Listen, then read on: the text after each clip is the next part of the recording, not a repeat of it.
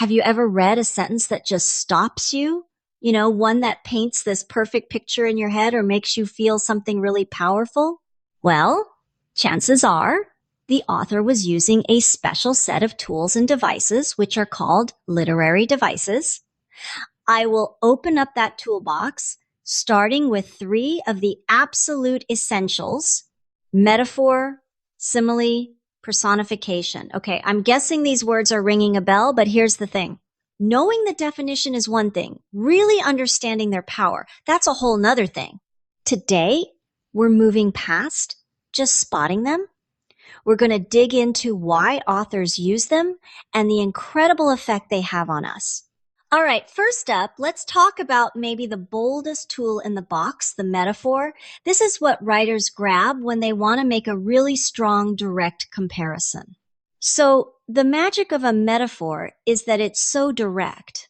It doesn't mess around with words like or as. Nope. It just flat out declares that one thing is another thing. It kind of smashes two different ideas together, forcing our brains to see a connection we never saw before. And you've almost certainly heard this one, maybe the most famous metaphor of all time. When Romeo sees Juliet, he doesn't say she's as bright as the sun. He makes a much bigger statement. Juliet is the sun. It's like a math equation, right? Juliet equals sun. Simple as that. By making that direct link, Shakespeare is doing so much more than just making an observation. It's a huge statement. In Romeo's world, Juliet and the sun are now the same thing.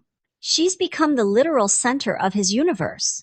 And that is the power we're talking about. Just look at how much work that one little metaphor is doing. Shakespeare isn't just telling us Juliet is pretty. He's telling us she's the source of all light, all warmth, all life in Romeo's world. It shows us her importance, the intensity of his love, and it makes the whole scene feel epic. That's the magic. Okay, next up we have the metaphor's close cousin, the simile. Now, it also makes a comparison, but it does it with a really important little twist. It's a bit more suggestive, a little less direct, and knowing when to use, which is a huge part of great writing. So where a metaphor says something is something else, a simile says it's like something else, it uses those two little magic words, like or as, to build a bridge between two things. And it asks us to see a very specific similarity between them. Now, check out this brilliant example from Vladimir Nabokov. He could have just said, the old ladies were leaning over, kind of boring, right?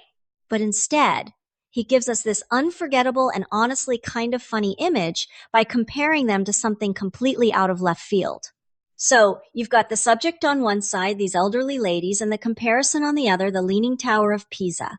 Nabokov is connecting their wobbly, unstable posture to the famous precarious angle of that huge landmark. And what's the result?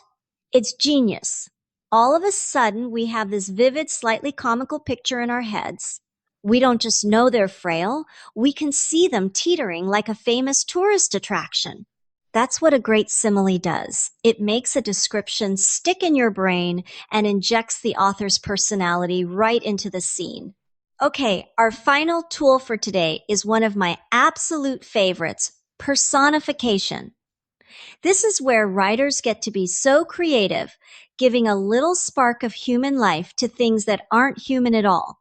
Simply put, personification gives human actions, emotions, or even thoughts to things like objects, animals, or even big ideas like love or death. It's a way of making the whole world feel more alive, more relatable.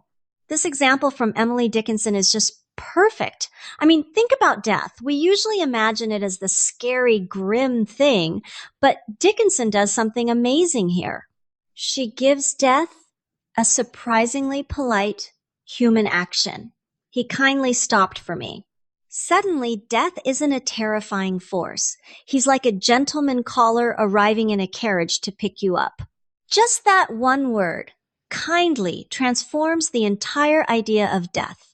This big, scary, abstract concept is suddenly a polite, patient companion. It totally flips our expectations on their head. And that shift changes everything. By treating death like a person, Dickinson changes the whole feeling of the poem from one of fear to one of calm acceptance. It's not a violent ending anymore. It's a gentle, inevitable ride. You can really see how personification is such a powerful tool for shaping emotion. Okay, so we've looked at the tools, we've seen them in action. Now it's your turn. Time to put your new literary detective skills to the test. Take a close look at this short paragraph. I've hidden one of each of the devices we've just talked about: a metaphor, a simile, and a personification. Read it through a couple of times and see if you can spot all three. So here's your mission. Find that direct comparison, the metaphor. Find the comparison using like or as, the simile, and find where something not human gets a human quality, the personification. Go ahead and pause right here and give it a shot. All right, are you ready? Let's break it down. The metaphor is a guardian of the field because the tree is a protector. The simile is like weary arms, comparing the branches to arms using that keyword like. And the personification? That's when the wind whispered, giving the wind a human action. Pretty cool how they all work together to make that scene feel so real, right? So we've defined them, we've seen them, we've even found them ourselves. So what's the big takeaway here? Why does any of this really matter? Here's the most important thing to remember. These devices are not just vocabulary words you have to memorize for a test. They are the actual building blocks of powerful, memorable writing. They're the tools writers use to make us feel something, to help us see something new, and to understand the world on a much, much deeper level. You know, being able to spot these devices in what you read, that's step one. Understanding the effect they have, that's step two. But the real goal, the real magic happens when you get so comfortable with them that you start using them not just in your writing, but in how you think. That's when you unlock their true power.